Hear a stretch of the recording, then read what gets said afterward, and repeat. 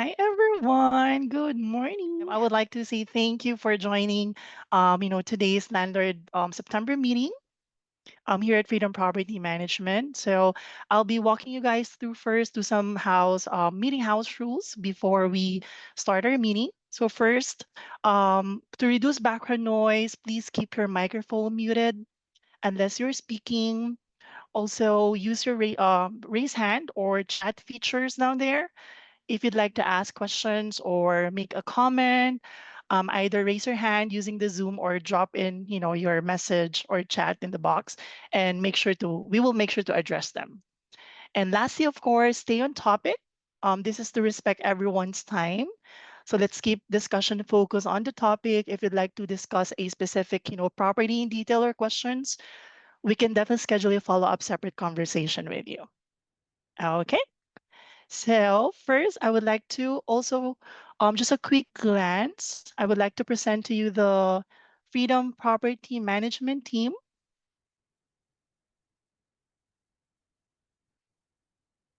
Of course, led by our very own Tiffany and our, remote team. We also have our property manager, Tracy, and also our realtor team, real estate team. Of course, we have Stacy, also Jill. There you go. Okay, so we would like to start the leasing summary updates, and I would like to give the floor to Tracy so she can help us with some updates and also summary report for the leasing for last month. Good afternoon, everyone. Thank you for joining. And so for our leasing and maintenance stats for the month of August, through our leasing summary, we had a total of 5 new properties added to the active rentals. We had 4 properties that were active on the market, actually leased. A total of 9 move-outs, which is a good number. And Freedom's average days on the market for renting our properties is 28, and the average market average is 28 as well. So looking at September, we are already starting to see that changing of the market. So jurisdictionally in our area, we are seeing a days on market average creeping up to 31 now. And that's just for this month. So the top 3 move out reasons that we had were owners moving back, some of them transitioning from overseas tours and reoccupying their properties, a property being sold. Sometimes it's the right time is to just unload the property and move on to your next dream. And then tenant job changes. So, tenants are just like owners. They get moved around from time to time, sometimes by their wish and sometimes not. So it does keep it very active here. And so, yeah, it's been busy. But unfortunately, busy doesn't mean quick rental. So the market is definitely turning. And so we need to factor that into any properties that are going on the market now, so that we can hopefully get a good quick turnaround and get that income coming in for you. So that's it for the leasing summary. Thank you, Tracy. And now allow me to also share with you the maintenance as well as the survey feedback that we received for last month. So for the maintenance summary, so tenants submitted like total of 48 work orders in the month of August with an average completion time of 10 days. And these are the most common tenant reported issues. Number one would be the air conditioning, plumbing leaks, as well as the appliances. And also there were like 9 unit turnover work orders and 64 internal work orders. So those internal work orders defined as these are the items, that are not directly submitted by the tenants, but identified through inspections, tenant calls, emails, routine servicing, or it could be like HVAC, gutters, landscaping, pest control, and some would be HOA violations.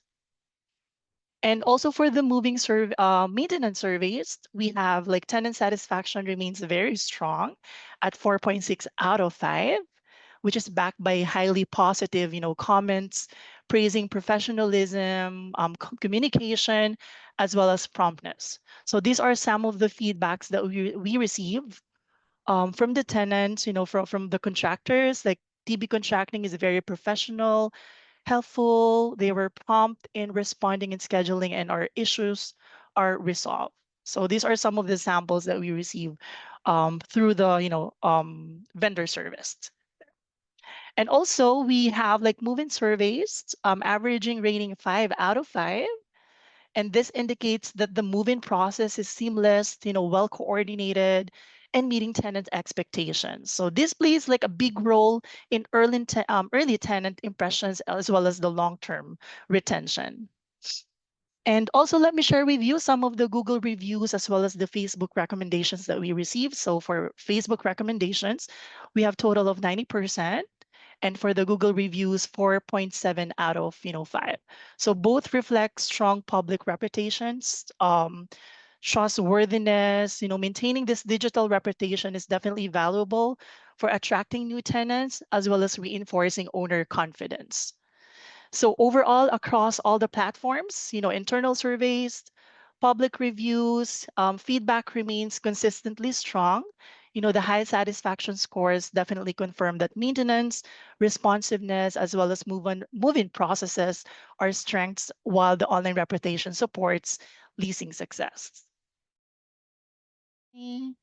Thanks, Roel. Appreciate you and Tracy providing the summary on what's going on within the management team, on the leasing side and the maintenance side. Those are huge parts of what we do on a day-to-day basis. But because it is so closely tied to the real estate market, and we do assist a lot of our landlord clients with buying and selling, we do want to make sure that we're touching base and keeping an eye on what's going on in the greater real estate market for the DC metro area and Northern Virginia. I actually just am returning from the Virginia Realtors annual conference, which was held in Richmond. So you can see I'm not in the same background as the rest of my team. But at that conference, I was able to network with and communicate with realtors from all over the Commonwealth of Virginia, and received a lot of confirmation that what we're seeing in Northern Virginia isn't just what we're seeing, but it's also what our colleagues are seeing.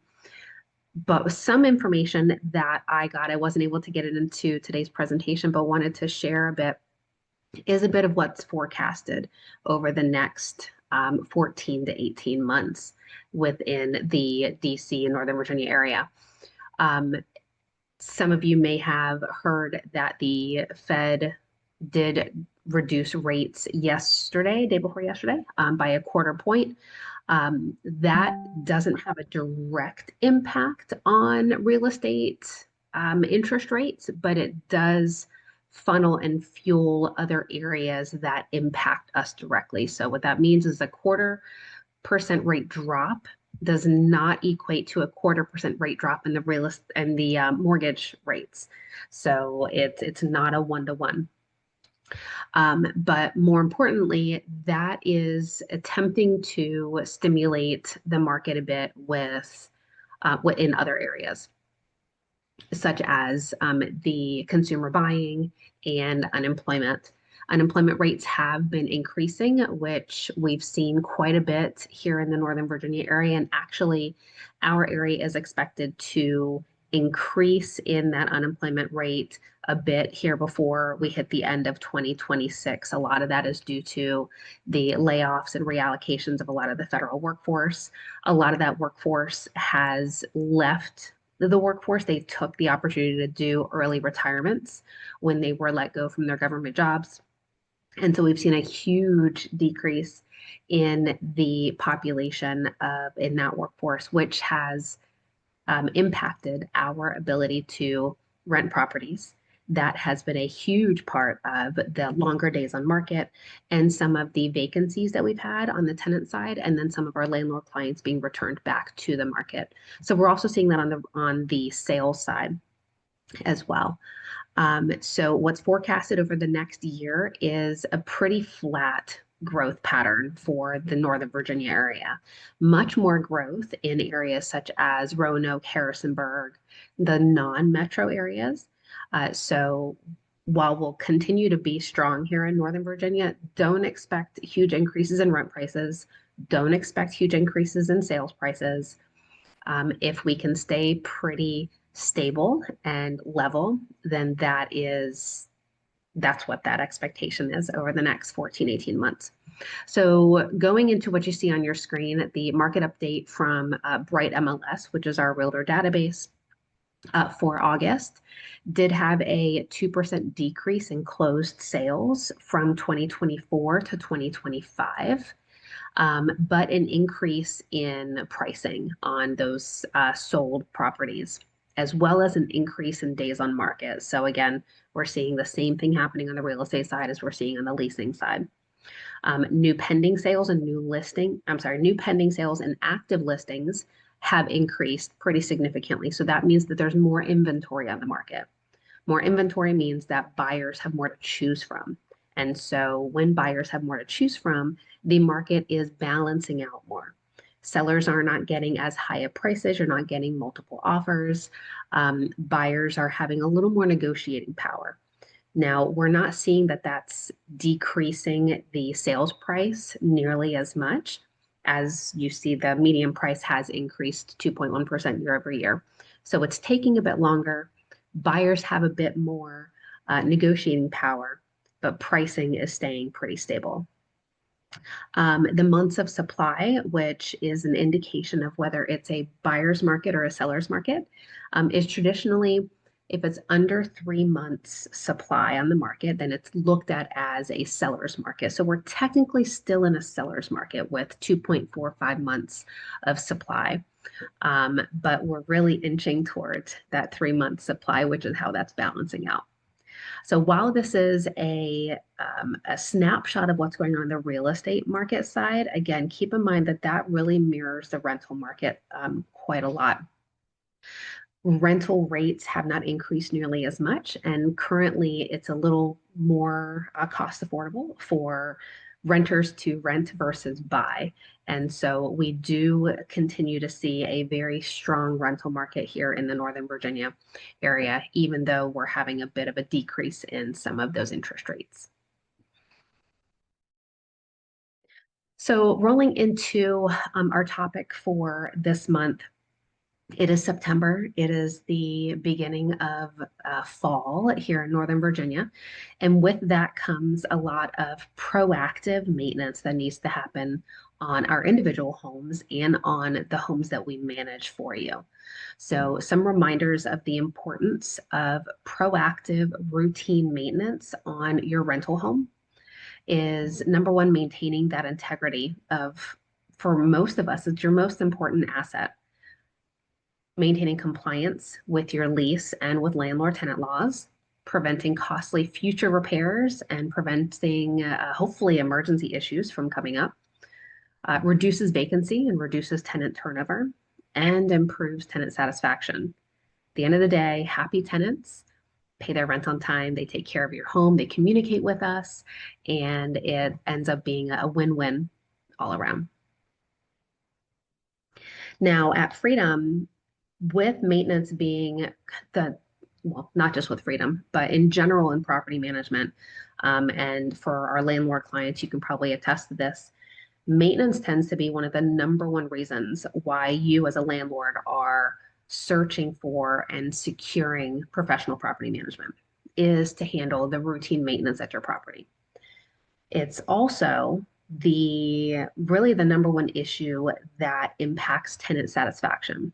So we place a lot of emphasis, we place a lot of importance here at Freedom on making sure that the maintenance that's done on our properties is done with a high level of quality, that we're utilizing vendors that we have experience with, that we know that they're going to do a very good job at your property, and that we're documenting every step of the way and doing periodic inspections.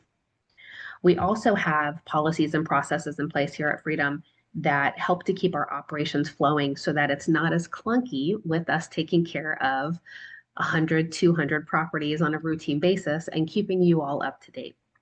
And one of those, a couple of those processes, policies that we have in place, number one, I just mentioned, is the vendor pool that we use. So we love bringing in new quality contractors into our vendor list.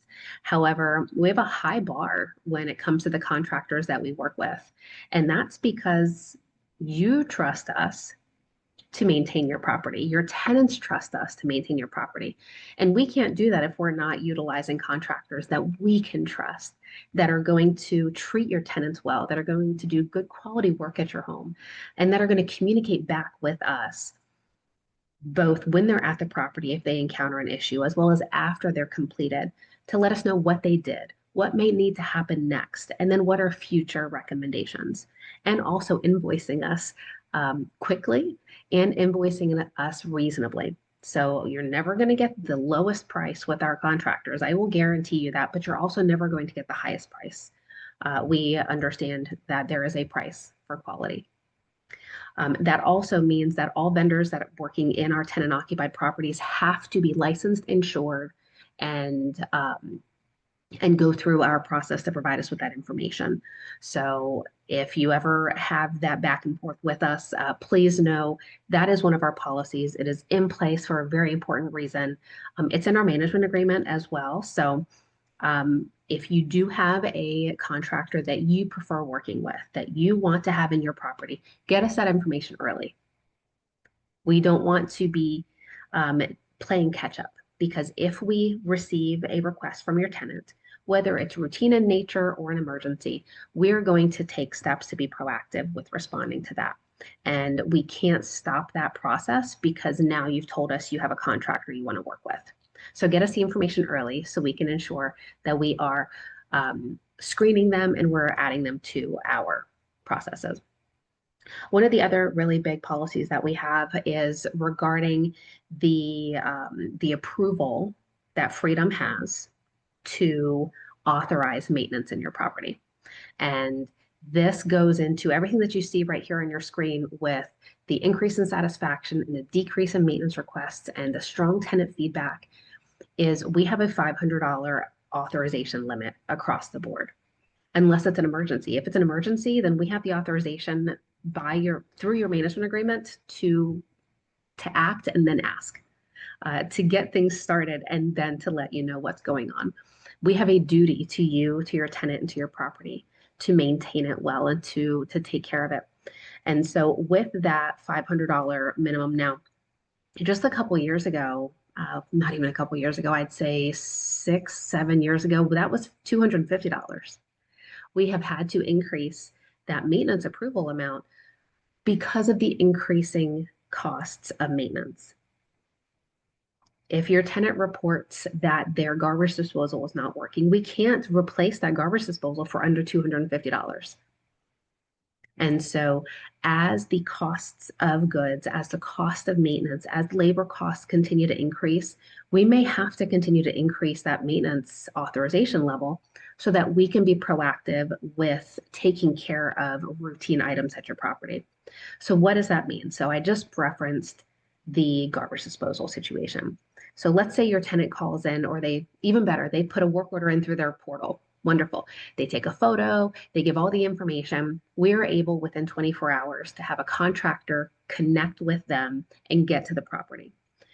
If the contractor's at the property and determine that the garbage disposal is 10 years old and it's about time for a new one, we do not want to have you as a landlord client incur additional costs by having another service visit because the contractor had to give us an estimate. If we know that it's going to be under $500 to have that item addressed, to have that maintenance done, to have the list that your tenant submitted to us, or to have the inspection items that we identified taken care of. If it's going to be under $500, we are going to be proactive with getting that taken care of for you. We want to be as responsible with your money as possible.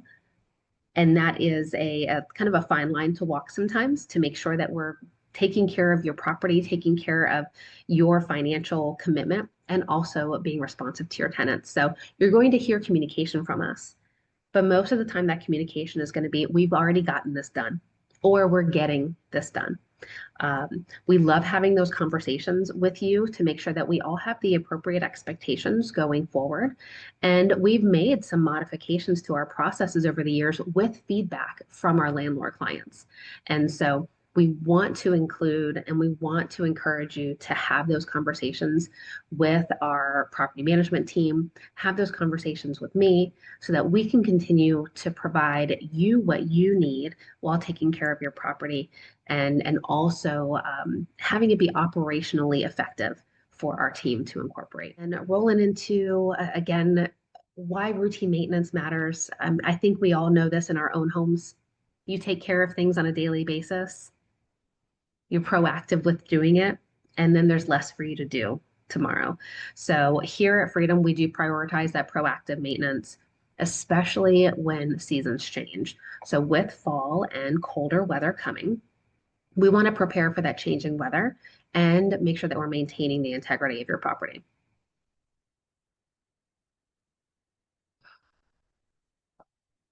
So a lot of questions that we get from both our tenants and our landlord clients is what's tenant responsibility and what's landlord responsibility when it comes to both routine, proactive maintenance and repairs. So here's a very easy, quick of what tenant responsibilities are usually when it comes to routine maintenance in our rental properties. This includes things such as routine mowing, edging, weeding, watering of the lawn. It includes replacing their HVAC filters. And we make it super easy for our tenants by including filter delivery in our resident benefit package. So every single property that is within Freedom Property Management's portfolio is a part of the resident benefit package. And so the property gets every 60 days a full set of HVAC filters that are custom sized to your property. And tenants are then able to easily open those boxes and install those filters. Leaf removal, seasonal, that is a tenant responsibility, as well as snow removal. Monitoring their smoke alarms and carbon monoxide alarms. While it's tenant responsibility to monitor those and change the batteries, it is landlord responsibility, which we'll see in the next slide, to replace and keep them in working order. So tenants will need to notify us if issues come up that they have with those alarms. Routine pest control is traditionally a tenant responsibility, although I will let you know that there has been recent court activity in Virginia regarding pest control in the landlord tenant courts. Specifically, this one was more geared towards a newer tenant that had just recently moved into the property, and there was an infestation of, I believe it was a flea infestation. And the landlord was making the tenant responsible, and the tenant said, I just moved in. How is this my responsibility? And it got all the way to some of the higher courts, and it ended up ruling in the tenant's favor that it was landlord responsibility. So we expect that there's going to be some clarification and some changes in the landlord tenant law, the VRLTA, specifically revolving around the tenant responsibility for pest control. Our position here at Freedom is if the issues in the property have been going on for a long time, if it's caused by neighbors, if it's just because of the location, if you're rural and you tend to get in the winter time, you've got mice coming inside because it's nice and toasty warm. If you have a lot of spiders, if you have a cockroach situation just because of the building that you're in or because you can't control your neighbors, that is more of a routine maintenance item that we would encourage landlords to maintain a periodic pest control service for. And we would then take care of coordinating that and scheduling and paying that out of your account. Otherwise, if it comes to general, ants or bees or things of that nature in properties, while it's tenant occupied and the tenant's been there for at least 60 days, that's going to be a tenant responsibility.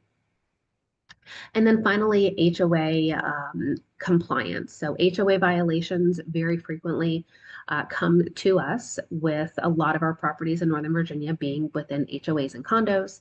And if it is a tenant responsibility, such as mowing the grass, such as keeping the grass free of weeds, then we're going to apply that accordingly, and it's then going to be tenant responsibility. So next we have a chart of more of your landlord responsibilities. And this is again, this is just a snapshot, but some of this is going to go into what we are going to be recommending for our landlord clients going into the fall season. And this includes things such as, so landlord responsibility. Sorry, I'll back up just a little bit. Landlord responsibilities, first and foremost, is the smoke alarm inspections and smoke alarm replacements. We are proactive for you with making sure that you are compliant with the Virginia laws regarding smoke alarm certifications. That means that one of your periodic inspections that we are scheduling at your property includes a smoke alarm inspection, where we're making sure that all of those alarms are in good working order. They're in the appropriate places per current building code. They're the appropriate type of alarm, whether it's a sealed lithium battery, whether it is a wired alarm system. As well, if your tenant requests a carbon monoxide, or if you do have fuel burning appliances, then we're going to also require that there's a carbon monoxide alarm on every floor of your property. Landlord responsibilities on lawn care. So we mentioned tenants being responsible for routine mowing and weeding and edging. If you are wanting to maintain the integrity, maintain the quality of your yard and landscaping, we can't require your tenant to be a landscaper and to be a master gardener. And so we would recommend that we set up for you routine fertilizing, overseeding, aeration, specialized treatments that might be needed based off of the type of property that you have. Additional landscaping maintenance, such as trimming of trees, anything that's over like 6 feet tall, is not reasonable to expect the tenant to trim or prune. So anything taller than that is going to be a landlord responsibility, as well as maintaining specialized flower beds, or if you have really strict HOA requirements, then we're going to want to make sure that we're setting up some seasonality to the maintenance in your property. Now, everyone, all of our landlord clients have recently received a few notices from Rowell regarding setting up seasonal HVAC maintenance. We highly recommend that, especially if your furnace, if your AC, if your total HVAC system is over 5 years old, making sure that that is being inspected and cleaned and serviced twice a year is proven to provide you with a longer use life and fewer issues that are that happen throughout the year. As we mentioned in August, and I think it was the same thing in July, air conditioning calls was the #1 service call that we got from our tenants.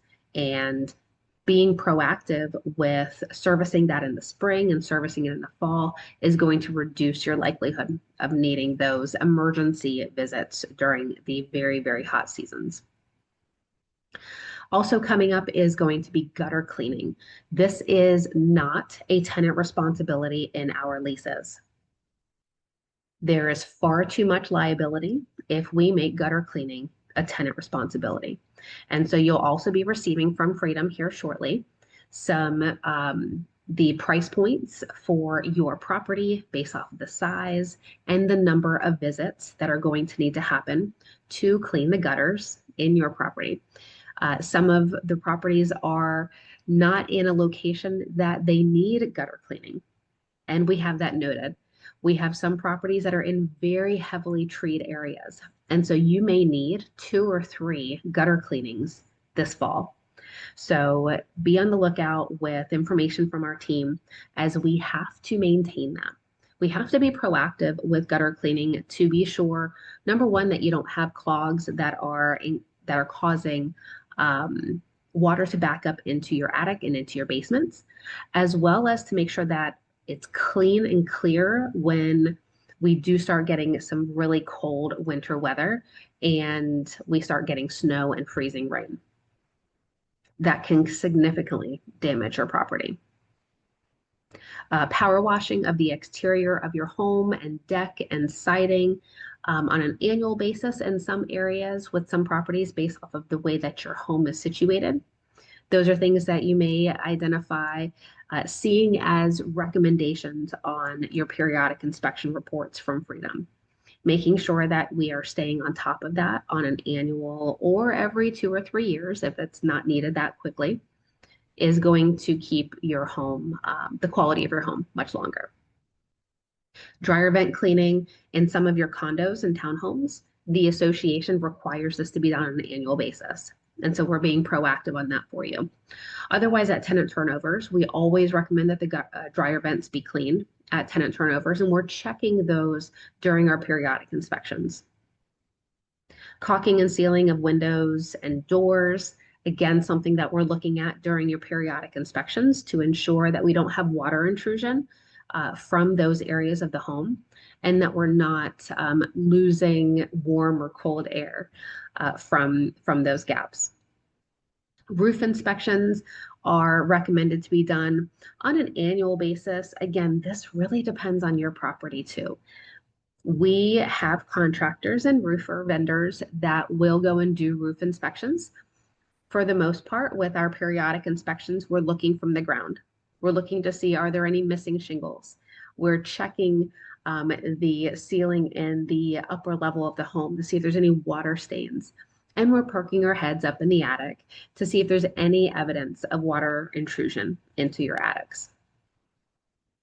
Irrigation system winterizing and spring opening. So if your home has an exterior irrigation system or a pool or a pond or something of that nature where you have piping that is running outside, because we do get quite below freezing temperatures in Northern Virginia, it is imperative that we are winterizing those systems.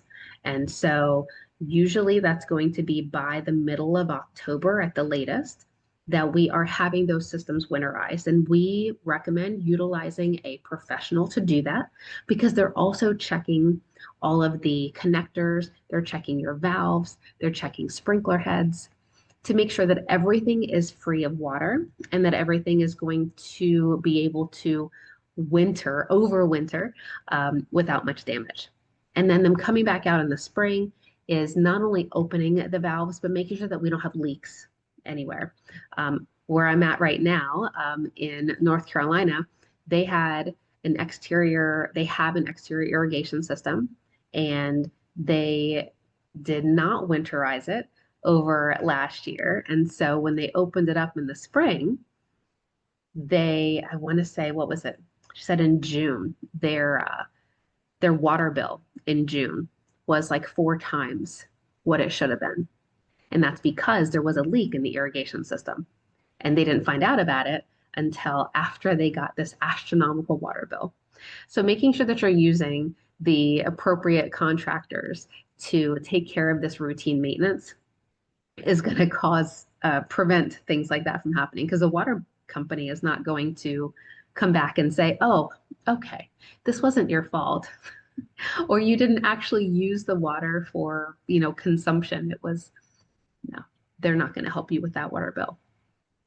And finally, again, going back on the HOA compliance, HOA issues, architectural guidelines, HOA violations are not always tenant responsibility. A lot of time, this is a landlord responsibility, such as the landscaping or power washing or staining your deck. And so we want to be as proactive with that as possible. Our team is very well versed with communicating with the HOAs and maintaining and clearing those violations so that you are not having to be in the middle of it and not facing any repercussions. So as I mentioned, quite a few of these items you're going to be hearing from our team to set up for you for the fall. Fall season gets very busy with making sure that we're staying on top of all of these maintenance items so that you don't have emergency issues come up over the winter time. So we ran through that pretty quickly, and there's a lot that has to do with the maintenance side, a lot that has to do with proactive maintenance and why we are so focused on this piece of our business. So are there any questions, or I would say from my team, is there anything that we missed? Any hot topics that you want to make sure that our landlord clients know about? And at the same time, I can ask our landlord clients now. You can raise your hand or just unmute yourself if you have a question or a comment. I have something Tracy, Tracy. that's Yes, ma'am. I'll give you the Cliff Note version. We can get a professional to maybe come in on another meeting or give us some information to share at another time.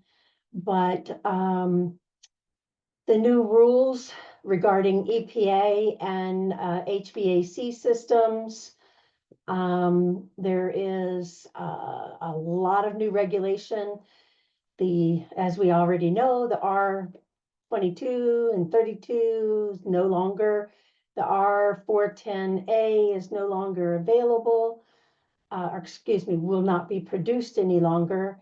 So again, all the more reason to maintain your systems on a regular basis. So somebody's looking at the mechanics, because if you get a leak in your coils, you won't be replacing just coils. You will be replacing the whole system. There will be no options. The new systems are not compatible with the old systems, and there is no plan or no indication that there will be any options for modifications to make them work. So it's going to be very costly. And because of all of the new rules and regulations, instead of replacing an HVAC system for what, $8,000 to $10,000, going to be looking at more like $17,000 to $25,000. So it's on the horizon. It's happening. It's already passed legislation. So again, older systems, be putting away your change now, because that day is coming. So, and the newer systems, even those, if you happen to have a lemon system, or for some reason your system's not been maintained or serviced, and you get a freon leak, that's it. It's done. So, word to the wise, be prepared. That's so true. With aging properties comes aging systems, and the replacement of an HVAC system is one of the most expensive things aside from a roof in your property. So we would love to have those very specific conversations with you to evaluate the age of your system, the ages of all the appliances and things in your home, so that you can put a plan and a budget out for how you're going to be prepared for it. I will let you know that this year we have, even just as of, I think it was as of June, we had spent more money in replacing and servicing HVAC units as of the end of June of this year than we did all of last year. So what that is doing is it's speaking to the rising costs. It's also speaking to the aging of the system, the aging of homes within our market. An HVAC system used to last for 40 years. And yes, every once in a while, you get a property that has got that system that's still trucking along, but that is not the norm. And you don't want to bet on it. So once you get to that 15-year age, let's really start having some conversations to plan for a worst case scenario. Um, the same thing with water heaters and your kitchen appliances and your washer dryers. There are some estimated lengths of time that these appliances will last, but that's no guarantee. Brand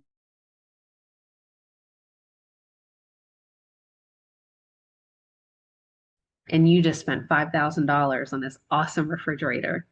That doesn't mean that this $5,000 refrigerator is going to last you for 15 years. So that's a great point, Tracy. Thank you. We do have a question from one of our landlord clients. Could you share the steps that are taken when determining to repair or to replace an appliance? So thank you for that question. And we've actually changed our process on that here within the last year to include some additional troubleshooting. So the way in which that workflow happens is we get the work order request from our tenant, and we should have on file, and if we don't, then we get from the tenant the serial number and model and everything of that appliance, so we can identify how old it is. We can identify and we can do some troubleshooting to see if this is a routine issue that we can provide the tenant with some recommendations on how they might be able to self-help. For example, if it's giving an error code on a dryer or on an oven, then we can do a bit of research on that ahead of time. What our next step is, if that does not solve the problem, is we do have a couple of appliance repair contractors that we work frequently with that we can provide that information.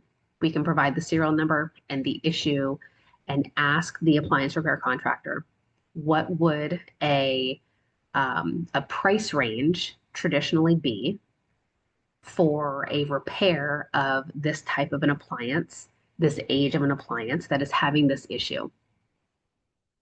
And if that is anywhere close to our approval limit, and actually, I think we've made our process so that before we send out that appliance repair contractor, we're providing our property owner with the recommendations of this is what our appliance repair contractor has indicated is a most likely approximate cost and cause.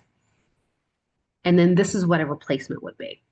And so we'll do some approximate pricing and estimating out on the market for, let's say, a new equivalent refrigerator. So your refrigerator is having this issue. This is what the appliance repair contractor said that it might cost at a minimum to go out and look at it and repair it. And this is what it would cost to replace it. Landlord, what do you want to do? Now, we have to have quick responses back from our landlord clients on this. This does elongate our process, which has caused some tenant dissatisfaction. And so we're working through how to keep our flow moving quickly while not negatively impacting the tenant's experience. So for our landlord clients that are responding quickly, then we have that ability to say and can change that up. If we're not hearing back within 24 hours, and if it's a reasonable repair request and a reasonable repair cost, and the difference between the repair cost and the replacement cost is pretty drastic, we're going to move forward with the repair. If it makes sense, we're going to be making that executive decision on behalf of our landlord client. If it's a closer financial expense, let's say it was a $350 repair cost and it's a $600 replacement cost, and we don't hear back from our landlord client and it's an older appliance, then we're going to authorize a replacement. So again, at the end of the day, we want to make sure that we're making the most reasonable decisions on behalf of our landlord clients, giving you the opportunity to be involved in that, but we can't let it hold up the process.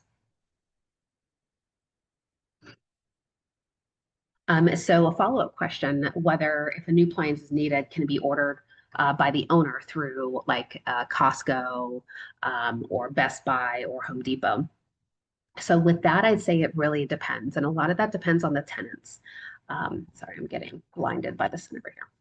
Um, Depends on tenant availability, depends on the type of appliance and where it's being ordered from. We cannot control Costco delivery.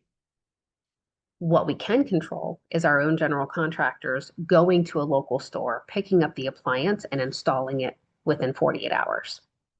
So that really is going to be an it depends. And most of the time, the answer is going to be no. Most of the time, it's going to be it's taking too long to order it through another box store, especially if your tenant is sitting without a working refrigerator.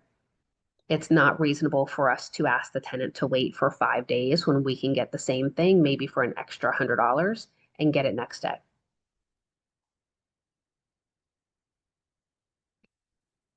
All right. Hoping that that answered your questions. You are so welcome. Excellent. And again, we are most happy to have individual conversations to walk through the process and systems that we have with you. We do have some very kind of streamlined operations so that we can act quickly for our tenants, act quickly for our property owners, but we never want you to feel as if we're unavailable to take a phone call. So please, request a call. We're happy to have that with you. All right. Well, I think we are done. We very much appreciate those of you that joined us live. For those of you that join and watch afterwards, please, same goes to you. If you have any questions, you let us know. Hopefully this was helpful. And we appreciate all of your business. We appreciate your referrals. We appreciate your reviews. And we will see you next time.